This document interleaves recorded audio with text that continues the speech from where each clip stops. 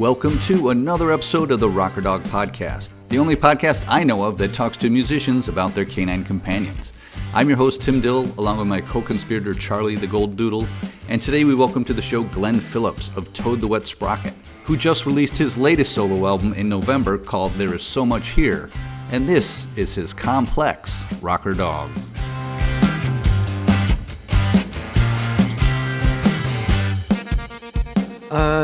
Rilke is, she's about 14 months now. We got her at 4 months, and she was left, abandoned with her mom and brother and sister in Bakersfield. So, indeterminate, probably unpleasant first few months. Right. And so, she is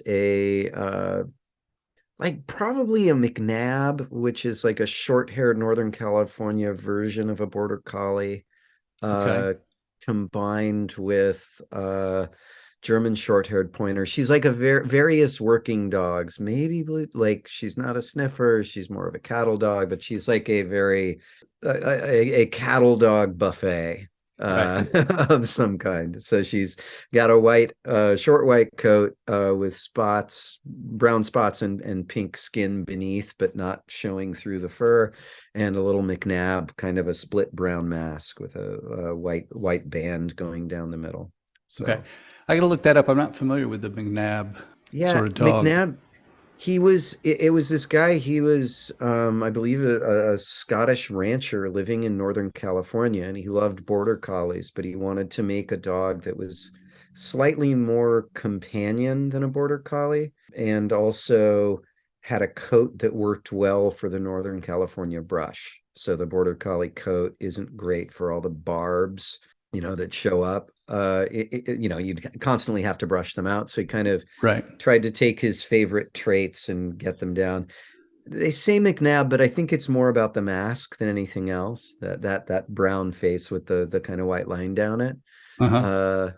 So who knows? She's just a whole lot of dog. Yeah, that's funny. And she's really smart. And when she came to us, was really timid. We've learned a lot just in terms of how to both be loving but also not have her walk all over us. So we're both really inexperienced, and we tend to solve problems by just like giving. And so we've really had to learn a lot how to be with her. She's got a big loud bark that makes my kind of I every time she does that, my heart goes crazy. And but she's wonderfully protective, and part of that's because I'm gone a lot as a musician. It's really good, Elise wanted someone at home as a proximity alarm, and she does a great job of that. And she's like loving. She's that thing where she's not. I mean, I had a golden way back when, and it was just I just couldn't get enough love. And I feel like Rilke, like she comes up, she wants to be close to you, but she's kind of got her limit. She'll give a little kiss. She wants to be near you, lay down near you, but she doesn't. She's not like crazy affectionate, right? She just wants to be close. Yeah, that's nice. I think a lot. I mean, I suffer from the overly affectionate dog, which I love, but I wish he had a little bit of independence, and he really has none. Yeah, and she is wonderfully independent, and and she needs her pack, she needs her affection, but she's a complicated soul. So we're learning a lot from each other. Unwrapping it. Where does the name come from?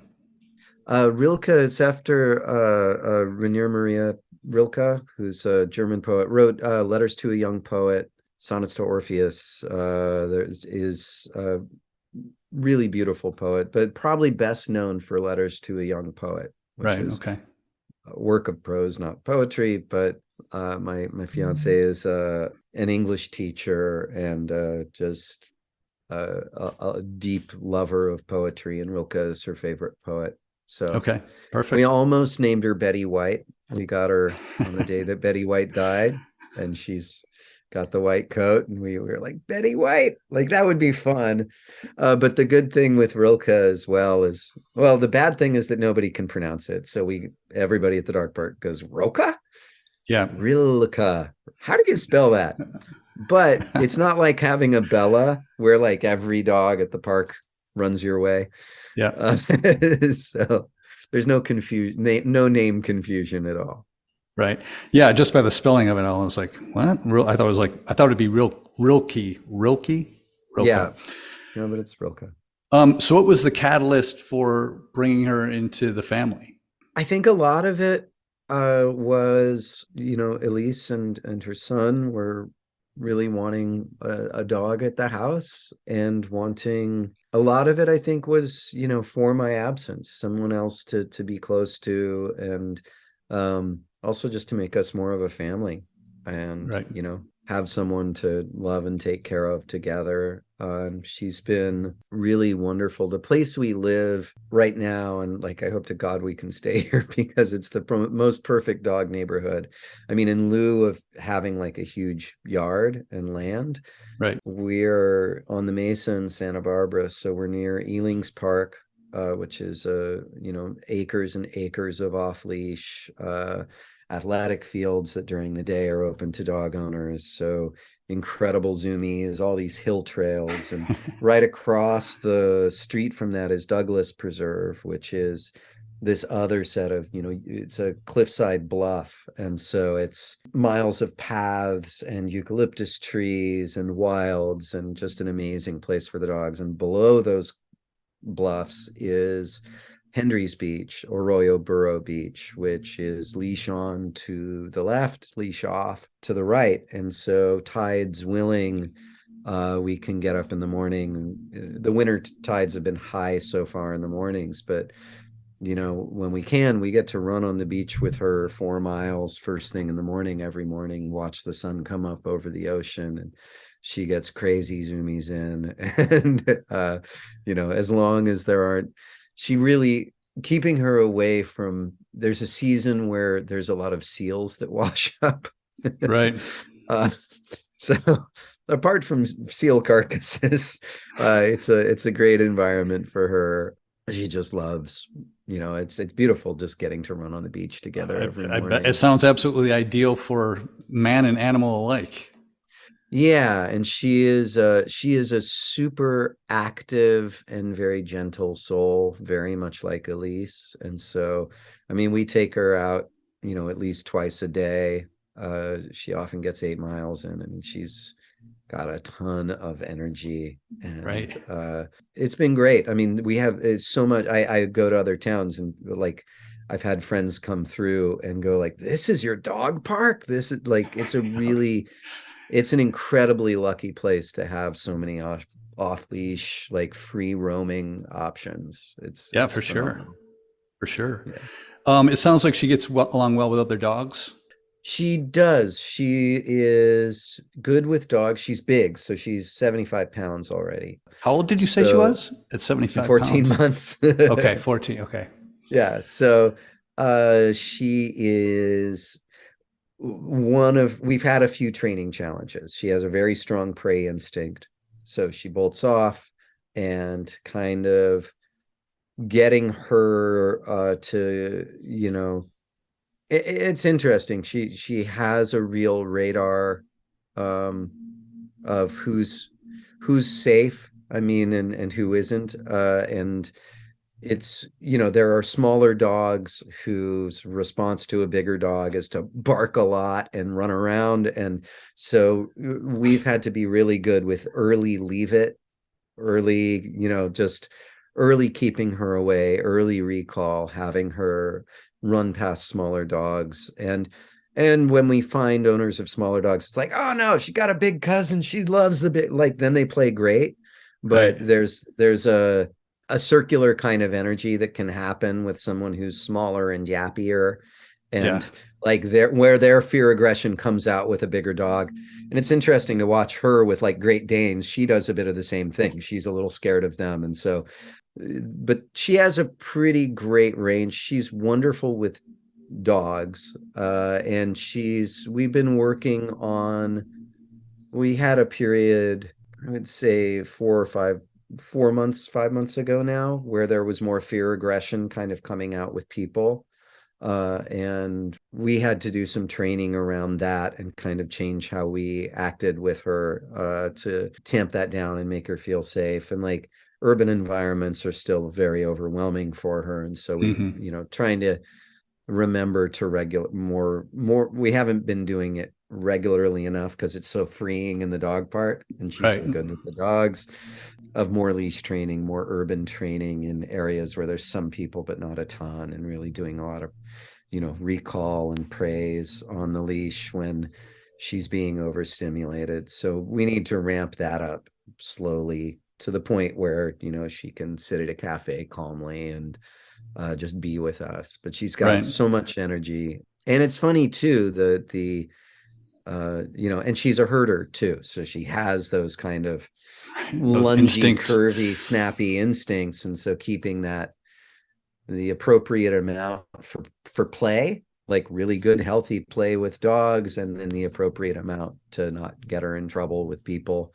Because owners, I feel dogs are really generally good, I find, at saying where their boundaries are, Right. and she's good at listening to that, and owners have different Right. levels Yeah. of that. And so once Well, again, yeah. it's funny. I mean, you're talking about training and training and training. I was going to ask if you have a trainer coming in, but also to your last point, I think the first thing a trainer says is, I'm not training the dog, I'm training the owner. Yes. And there's been, I mean, some of it was really simple in terms of just how we fed her. And, free range, she'd eat when she wanted. We ended up hand feeding her for about 3 weeks. He had, some unconventional methods, maybe. One of the first things she did, there was fear, aggression, and prey response. It was running out the front door. So, threshold training, right? Making sure anytime we leave the house, she's waiting, we come through the door first, she comes after. There's an order to that, an order to getting in the car, uh, an invitation to being on our bed. Some people say no bed at all. We like her up there Yeah. some, even though she's huge. So, but making sure there's an invitation, making sure off is listened to, warming her up to public environments. Right. I had resisted e-collar training, and we ended up doing that. I had thought e-collar training was all negative. And the thing that surprised me is I finally was saying yes, because we were having fear response. She had nipped a neighbor. We were at a point where we knew we had to move quickly Right. or we were going to lose her. And Right. so I was surprised that when we finally did the e-collar, the first thing we did was go out in the backyard and go vibrate and call her with the vibrate and go, good girl, and vibrate again and give her treats. And it was entirely positive reinforcement for recall. Right. And so I think of it as her pager. Yeah. Yeah. Yeah. And I always thought of it as a shocker. And it's like, oh, it's the pager. When we're at the beach and she's run way down and she can't hear us over the waves, that getting to call and have recall and have this thing be positive and kind of override when she's not hearing us, she's still feeling that, and it makes recall so much easier and more consistent with her, Yeah. especially in a chaotic or noisy environment like the beach. And so it's been really wonderful having that tool, and I was very surprised that it was a positive system as opposed Right. to a punishment system. And there have been a time or two where we can't get her out of a scrap with a little dog. And I mean, we walk around with the shock off, Yep. so there's no accidental. And once or twice where it's just an owner, like where we're needing to break apart an energy that there's no recall for, and have used it, and it broke it up very quickly and Yep. kind of brought her back into her body. And I hate anything negative, not the way I operate. But she also, I think, has had whatever happened to her in her first Yeah. few months, and certain people she reacts to, certain smells she reacts to. We're still kind of unpeeling what her triggers are. and what was kind of lost in the socialization window and what needs to be brought back. So there's just enough erratic behavior there that it's helpful to have around. Hmm. um, but yeah, just like regular walks, leash training, not letting her drag us, making sure she's, at our side or behind us, making sure that there's some kind of mild pecking order in the house, that where she's listening to us and she's happy to listen to us and Right. you know, happy to be there with us and happy to keep eye contact. And that's been really building, and that's just slow and consistent, and we'll forget one part and then realize, oh, we've let the city training go. We got to get back to urban streets and pedestrians. And so there's one of my daughters that she just doesn't like the smell of. I have no idea what the trigger is, but my Interesting. middle daughter, she barks at, she sees as a threat. There's something in there, and she's the sweetest girl, but I don't know what the element is. So we need to spend a few days of having my daughter over, just Does your being daughter have a quiet. dog of her own at No, she home? doesn't. Okay. No. So I don't know what it is. Yeah, that's interesting. I But mean, like she's you said, like you alluded to, he's got an unknown history being a rescue and all, but it sounds like you're and really the doing your due diligence to, well, we're trying. And I mean, I know that the trainer who worked with her, and he kind of specializes, and he loves her. He's like, she's so smart, she's so gentle, she's good, she's getting plenty of love, plenty of exercise, just needs structure, right? right. She's good on the Yep. love, she needs the structure. And he's the main trainer, the shelter we got her from, he's who they bring in for like their more advanced behavioral cases. He worked with her mother, worked with her brother, and said the mother was just clearly it's like Yeah. not from a good place. And so there's early trauma there. And I think frankly, even in the shelters, it's like she could hear her mom calling for her, and they don't, mix, Yeah. as wonderful as the shelters are. There's, you know, hard environments even there, as Oh, much yeah, for love as sure. there is from the people who do are doing this work. I mean, you asked me to bring in a nonprofit. I'm going to mention the San Ynez Valley Humane Society, because they're really loving, kind people who work there. And, Yeah. And they're the first to admit it too, that the dog, their atmosphere, they do the best they can to present a great nurturing environment, but there's only so much they can do, and they prefer to get them out on a weekend or a staycation or a foster situation, or best case scenario, an adoption. Um, but yeah, doing great work, but they know it's could be a very stressful environment for a dog. Yeah, and she is a puppy. I mean, when we got her at 4 months, she had this, like a frog. Like she would just flatten herself on the ground in these passive positions. She was so timid, so scared. And I mean, it's taken a lot of love and a lot of time to, bring her out, and a lot of learning on our parts as well. I mean, I have a friend, Garrison Starr. She's a great musician, and you know she was talking about how her puppy taught her how to regulate her own emotions, right? Like she grew up in a family that where when there's an argument, you escalate. Like Right. that's what you do. You yell louder and you make your point loud. And when she got her dog, just talking about having to really learn how to not escalate, how to be more non-reactive, how to hold yourself, how to calm yourself. And I mean, Right.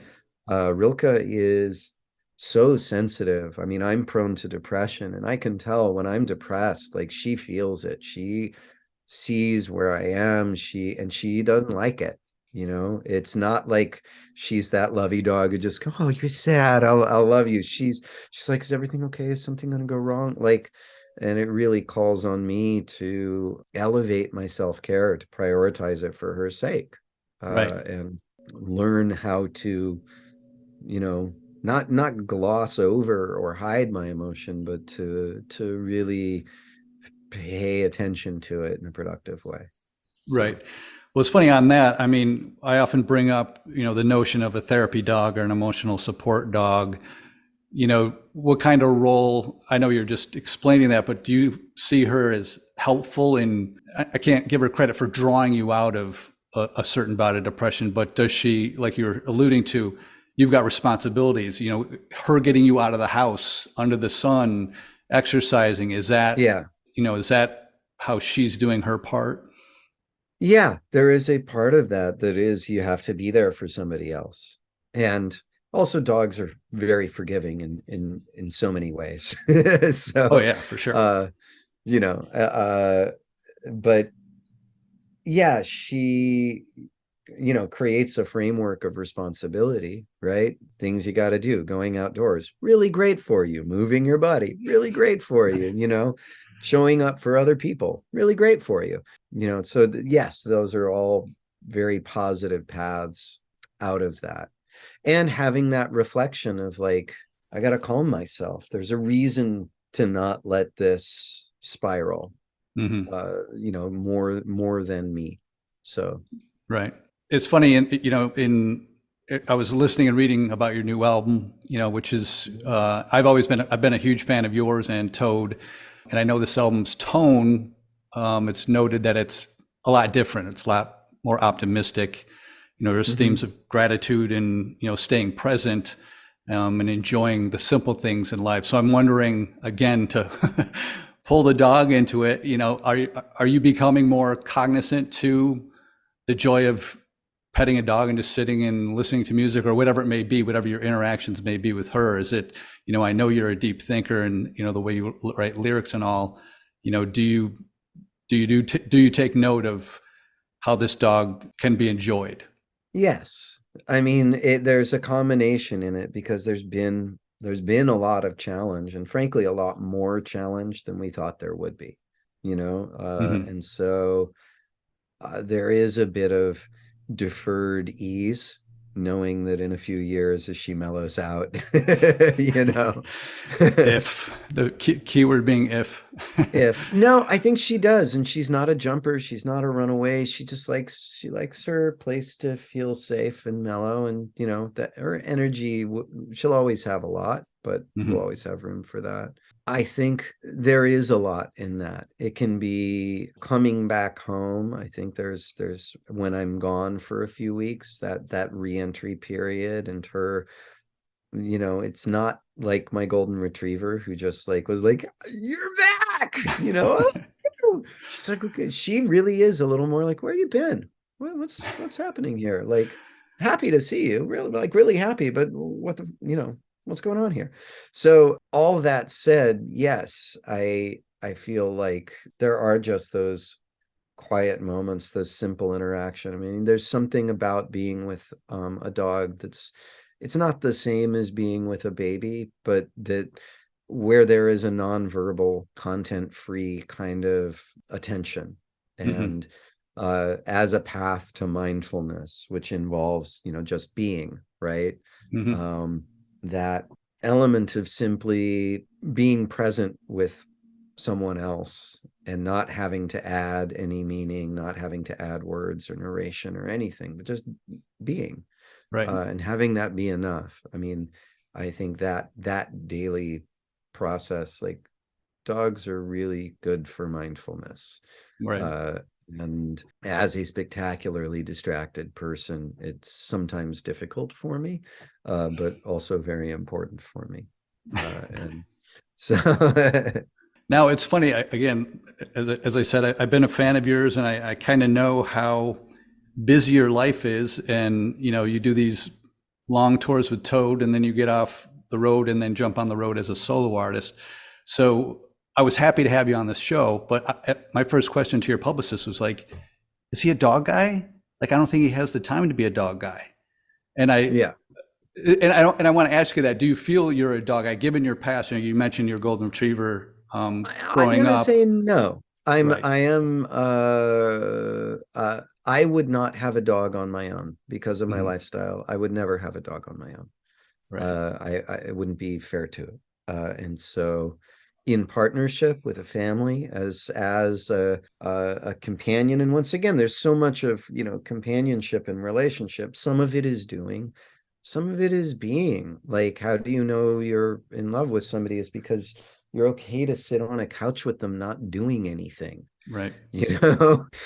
Whose mere presence puts you at ease, right? Yeah. Makes you Mm-hmm. feel whole. And so I feel like Elise's desire for a companion like that, for someone to be with, for someone to run with, for someone to bark when a stranger comes to the door. Right. But, more than anything, just someone to kind of love in an uncomplicated, unconditional way, even though the actions of dog ownership can be very complicated and take a lot. Right. But that relationship is very elemental. And so I am a willing participant, and also I love dogs, and I am not a dog person. Okay. That's fair I enough. And that's Yeah, kind of what I was assuming that, and I'm not trying to paint you in this non-dog guy picture, but in the context of what I knew, I was like, I kind of get where he's at with the I would. relationship with the dog. Yeah, I love dogs too much to, if me in a vacuum, and my selfishness and the things I like to do involve a lot of going. And there's a part of me that I do want to figure out, not even a part of me, I need to figure out a better work-life balance and ways Mm-hmm. of having income from home, ways of not having to tour all the time.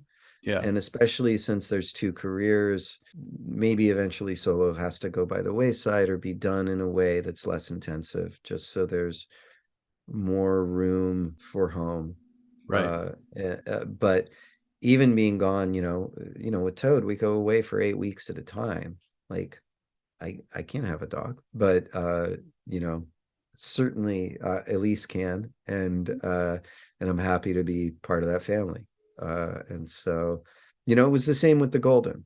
It was not my idea to have a dog. It was my wife's idea to have a dog. And my worry was that we might not have been dog people enough to be worthy of taking care of that life. And I think in a lot of ways we were. I mean, Goldens, man, you just love them and throw a ball, and they're so easy. Very uncomplicated. Yeah, but I do feel like Rilke and Elise are a really good match, and need each other and love each other, and she is capable of being that person. And so, that's great. All right, well, I wrap up the show with what I label the zoomies, which are the last 5 quick questions. So question number 1 is, do you kiss your dog on the mouth? I do not kiss my dog on the mouth, but my dog sometimes kisses me on the mouth. Good enough. Question number 2 is, I like kissing her between the eyes. That's my spot. Okay. Crown of the head. That's a very good safe spot. Yes. Question 2 is, has she licked anyone more famous than yourself? Any bandmates or touring partners? No. Okay.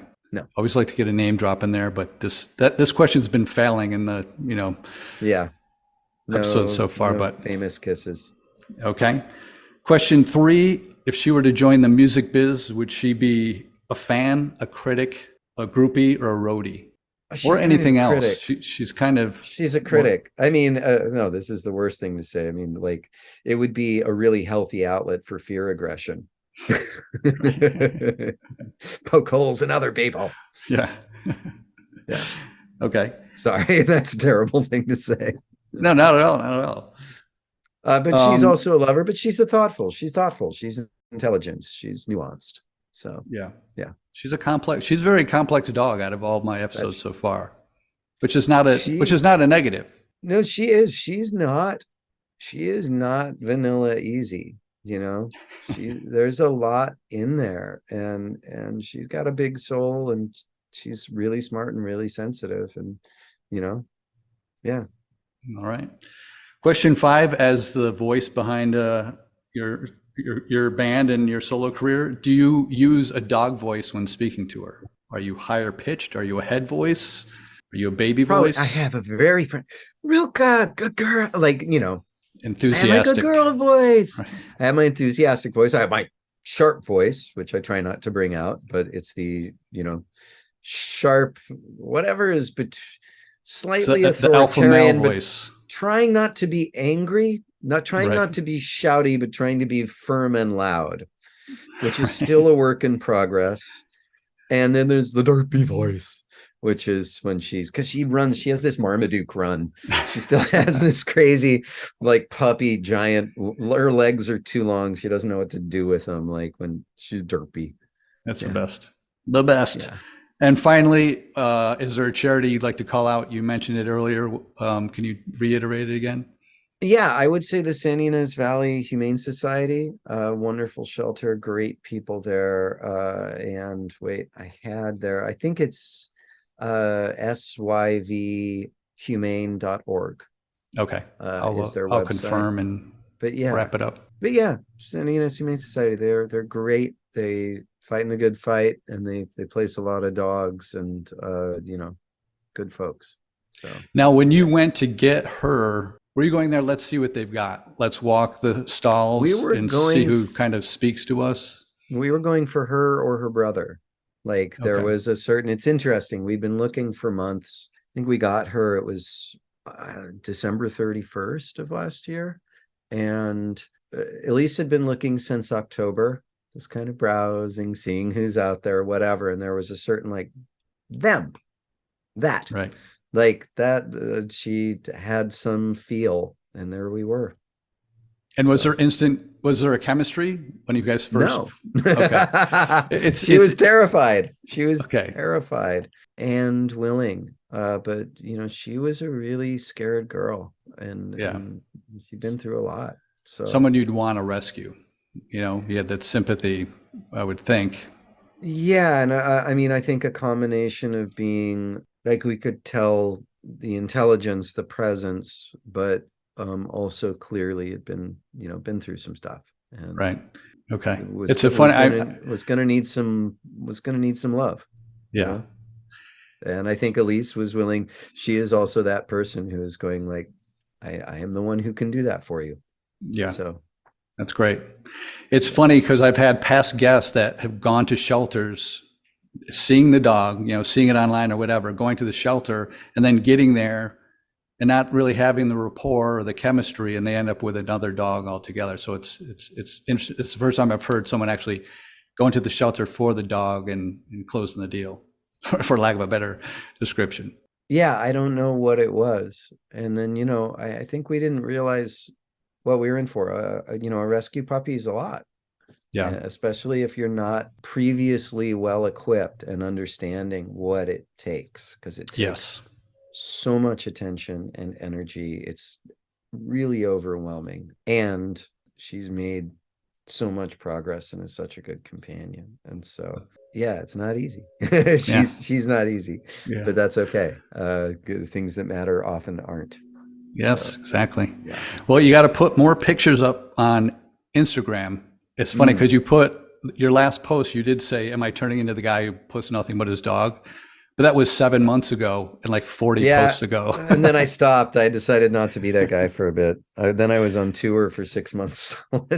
So be that guy. Now that you're home, be that guy. Okay. Well, anything you want to promote? This will be up in early 2023. So what's 2023 hold for you? I'm going to be on tour in January solo, doing some private gigs in the Bay Area, and April. So more solo touring, going out again with Toad in the summer, and just trying to balance it all.